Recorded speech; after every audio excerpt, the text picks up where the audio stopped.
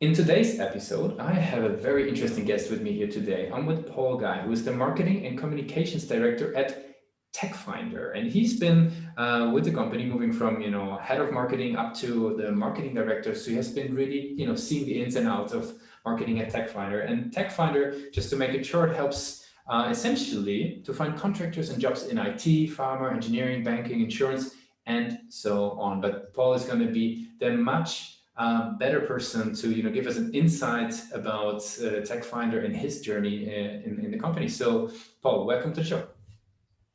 Thank you very much, Lucas. Yeah, very good. Maybe in your own words, could you give me a summary? What is Techfynder all about? Yeah, sure. So what we did is we were able to research the European market initially to find out that there's a niche area for recruiting and specifically about contracting. So what we set about was around 4 months of research to find out actually from a perspective of a contractor, what they're looking for, a technology contractor, and also then from a business perspective, what exactly they're looking for. And both parties actually came up with the same line, which was this whole thing of an SME, so subject matter expert. So what we did is we defined the roadmap, product roadmap, and had building this product that would allow contractors to apply directly to jobs, and also for businesses to go directly to contractors without going through third parties and not paying commissions. So what we did is created this kind of fantastic opportunity, and the whole point is about connecting. So you're connecting directly as someone with a service to someone who needs that service. Very good. That is very clear. So could you tell us maybe on the business side, like who would be typical, the typical clients that Techfynder would be helping? It varies. We've got startups who use a subscription platform, and they use it just for if they're getting off the ground and they need Java developers or they need front-end developers. They probably use maybe one job a month, and that's how they do that. You don't necessarily have to put up a job. You can just put in your criteria into Techfynder and search exactly what it is you're looking for by availability, location, skills, remote, obviously now because of COVID, but also then you can put in the rates, your daily rates, your weekly rates, your monthly rates. From that scale, you jump up to the second tier, which would be small, medium-sized companies, and they would be looking for at least 5 candidates every month. So what we allow them to do is that they pay a subscription, and they're able to actually download the profile CVs and run verification checks on them, and then interview them all in the portal. And this brings us to the last piece, which is called a strategic license. The strategic license is basically the whole package. It takes care of all the admin, so you don't need to put up the jobs, you don't need to run background checks. We do all the blockchain, we do a verification, we check our previous experiences, and we supply you 8 to 10 candidates for every single role. But we do the payrolling of them as well. So that is across 132 countries worldwide. Super interesting. And in terms of, who would be a champion within those companies? Is that a head of HR that, starts working with you guys, or I'm assuming something along that lines, but who holds the flag high within those companies for Techfynder? Yeah, I mean, you can have influencers and you can have decision makers. So the influencers would be the HR departments within companies. But in terms of the decision makers, it's usually delivery leads. So delivery leads, and that goes right up to CFOs too. It's people who are able to see that the economy has changed to contingent workforce. So therefore, you're not hiring someone full-time, you're looking at bringing someone in on a 3-year basis to complete projects. So if you can fulfill that with them, they'll be the ones who decide in that position. Yeah, super interesting. And now as a marketer, I'm very curious, obviously, we talk a lot about this in the Pathmark Presents podcast. Like, what would you consider to be the main client acquisition channels? Like, what is the journey somebody is going through from a B2B side until they, get started with Techfynder? Yeah, interesting point. And we've had this before. It's B2B, so we're B2B, B2C mainly, but just to talk about B2B only, the greatest thing to enter into a market, because we're a global product, is that there's not one fit for all. For you to create a brand recognition, to penetrate different markets, you do it through PR in certain countries, you do it through Instagram in certain countries. We use WhatsApp, we use Reddit, we use above the line, below the line campaigns. It really differs in each market, but in terms of the cost per acquisition, which is the main thing, we use HubSpot that's integrated into every single page and every single campaign that we do. So we can Mhm. see the benefits of prospects or unprospects that come true.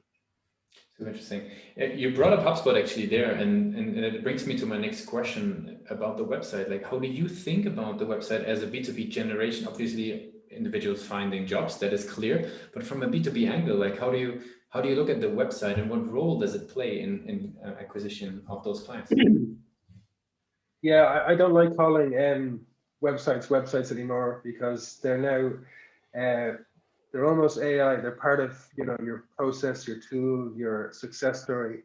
So really, our website, if you want to call it that, is a portal. It's a platform. It's a Yeah. product. It's a service. And how we differ from everyone else is that our USP is that we're allowing people to immediately utilize the service that we're offering. So you can actually search, you can identify candidates without having to pay anything, without having to read everything about what we do. So Mhm. from the day go, we want to let people into play. So we believe in an open and kind of transparent economy. And it is a subscription economy that we live in because of Spotify and Netflix like that. So that is our model.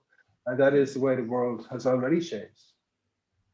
Super interesting. And I can really clearly see that everybody who's listening in, you can go to Techfynder, but that's with a Y, TECFYNDER.com, and check it out. What Paul is just mentioning here. Very good. So you mentioned already a strength of the platform being the fact that they can immediately utilize and have a very short time to value on the page. Where do you see room for improvement though? Because every marketer we speak to is typically very critical of their page or portal. Like, where do you see biggest room for improvement? Yeah, I think what's happening is because of COVID and because of the demand for, or I suppose the capabilities of being able to function without being in an office anymore. Mhm. And that's brought to light an awful lot of opportunities for people.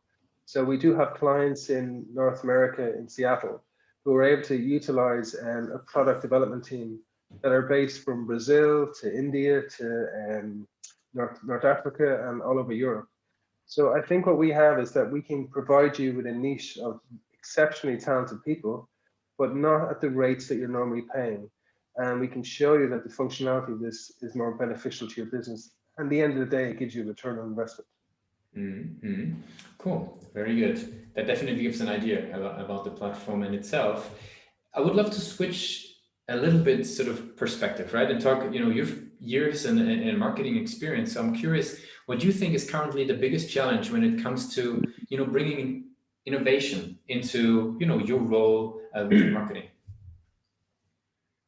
Yeah, it's an old age question. It's data. It's no longer about granular data. Now it's actually decision data. And that's what we call it nowadays, that you are poised to make a decision on that you're planning for Q2 of this year, and you're poised to actually, to plan and negotiate how you're going to spend that money based on the data that you received in Q1.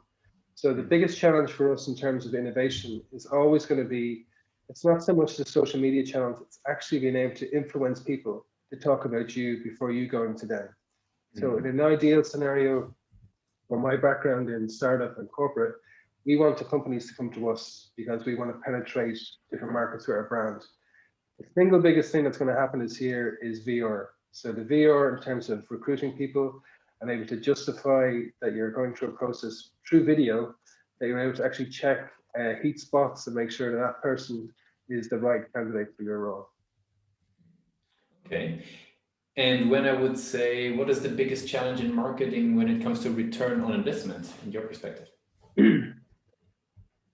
People, if I'm honest with you, the biggest issue with that is that people are the most important part of you have to invest in talent. That's a huge part of it. Nowadays so many people are used to using products such as obviously social media and things like that, but you have to invest in people. So the hardest thing at the moment in marketing, communications and digital is holding on to people. And you bring them in, you train people in, you upskill them. The most difficult part is to keep them interested and to keep them on the roadmap to where you're going. Mhm. And the last question that I want to ask sort of in that sort of, your view on marketing would be, especially with a portal like yours, I'm super interested because we have a lot of conversations about websites, but what do you think is the biggest challenge when it comes to conversion rate optimization for a portal like yours? Okay, yeah. So over the years, the cost per acquisition has jumped from around 17 euro around 10 years ago, and it's come down to Mhm. around, on average, ours is around 5 euro 20 cents euros. And what you can have is you can have conversions. The biggest thing is retention. So you have to Mhm. actually retain those people who convert. So what we use is different Google products to make sure that people who come in the first week, then after the fourth week, they're still there. So we have this cohort building system that is the most important part of our retention of our customers. What you need to do is not only automate all the communications, because people are used to that nowadays, you have to overly personalize that issue. And you have to overly personalize people's preferences as well. So if people don't want to be contacted by whatever channel, you have to make sure you make that effort to suit their desire. So really talking about personalization after the fact that they've really been on the page, for example. Yeah, so what they come back and see is actually personalized to their tastes. So if we go to the trouble of carrying out surveys, or if we go to the trouble of presenting positions for them, or they apply for jobs, what should happen, and it does happen, is that our algorithms and our product understands exactly what it is that person is looking for. So therefore, they won't be sent positions or opportunities that are of no value to them, or of no value on the daily rates or location. It's based on the exact criteria that you chose for and that you asked for. Yeah, that makes a lot of sense. I'm gonna make it hard. Like just the last question on that would be actually, if you could focus only on one thing, right, to improve marketing at the moment for Techfynder, would you rather focus on the roadmap, growth initiatives, the messaging, or deep dive into reporting? I'm just curious what you would pick. Um, it's probably the growth opportunities, and I'll tell you why. Because Techfinder started off in Dublin and in Ireland, and also in Hyderabad in India. Um, as with any company, it always has to start as a startup. You just progress from that into a corporate or whatever way you want to do it. So our biggest challenge is actually developing the growth of the product, the growth of the company. That we're trying to penetrate so many markets at the same time. But as I explained, there's no market and no marketing that suits each market. You have to make sure that you justify your reasons why you're doing that, and you have to centralize that for each market. So our biggest challenge in our roadmap is it's actually about the growth of the overall company, and that includes people, but also the product roadmap to make sure it's still of interest, it's still relevant to people in years to come. Cool. Let's switch gears and talk a little bit about your own journey, right, and how you educating yourself. I would be curious, given with all the marketing content out there, right, and you've been, head of marketing for many different companies over the years. I'm curious, like, what is the type of content that you still like to consume, and what are the platforms where you go to further educate yourself? More and more lately, it's podcasts. I have to say, Mm-hmm. it's very trendy to do that. So it's not just Spotify and things like that. It's having that the world we live in now, Lucas, is that we try. We're all working from home, but we try cycle, we try walk into different areas. What's becoming more and more familiar is people are actually using, these earphones and Bluetooth earphones.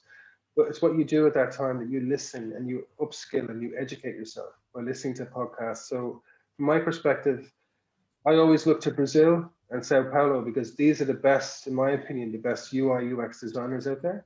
So they're the people who are way ahead of the curve in terms of design. In terms of technology, I would always look to Eastern Europe because I feel they're way ahead in terms of using new processes. So what you're trying to do all the time is stay in touch with what's about to happen before it happens.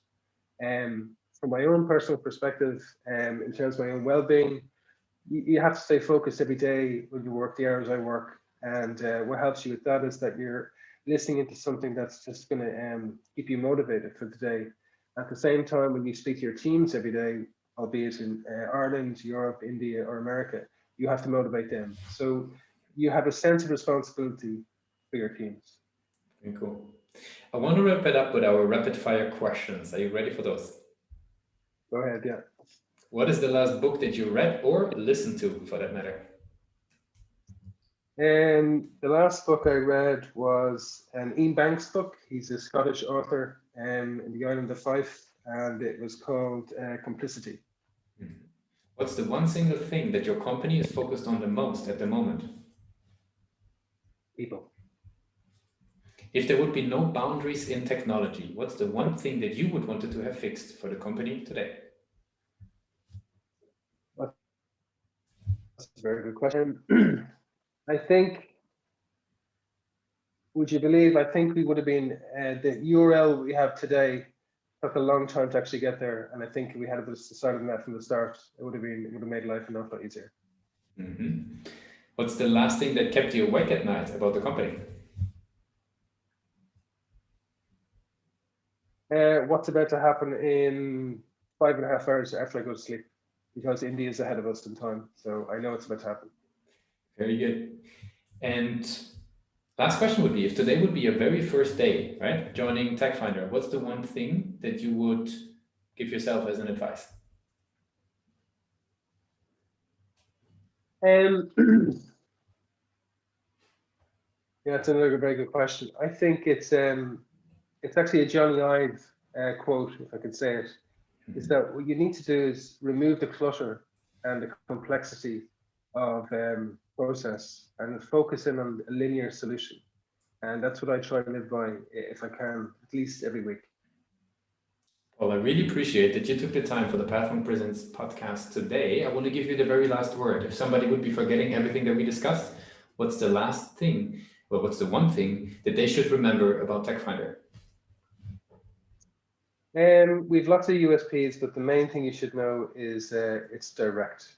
The whole point of a Techfynder is it's a direct opportunity for the contractor or the talent person when I connect with people who are offering them a job. Thanks a lot for being a guest on Pathfinder Presents today. You're very welcome. Thanks, Lucas.